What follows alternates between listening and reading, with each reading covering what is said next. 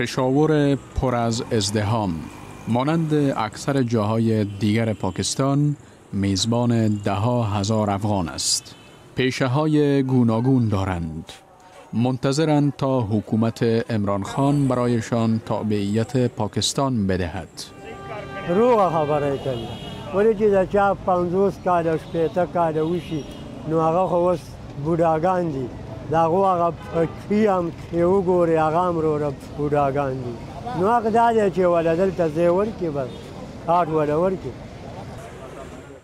اکثر افغان‌ها در اینجا از چندین دهه به این سو بود و باش می کنند.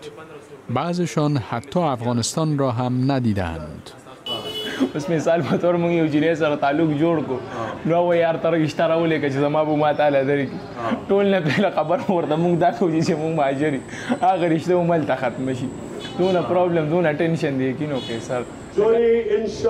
عمران خان صدر اعظم پاکستان در ماه سپتامبر سال گذشته اعلام کرد که برای 1.5 میلیون مهاجر افغان در آن کشور تابعیت می دهد.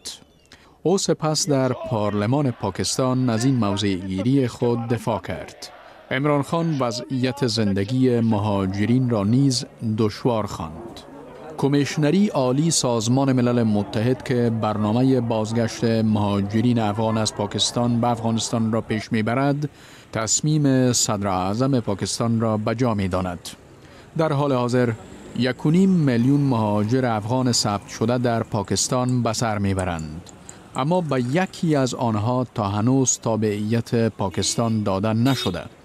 شماری از سیاستمداران پاکستان و مردم عام این کشور میگویند خود با مشکلات گوناگون مواجه هستند.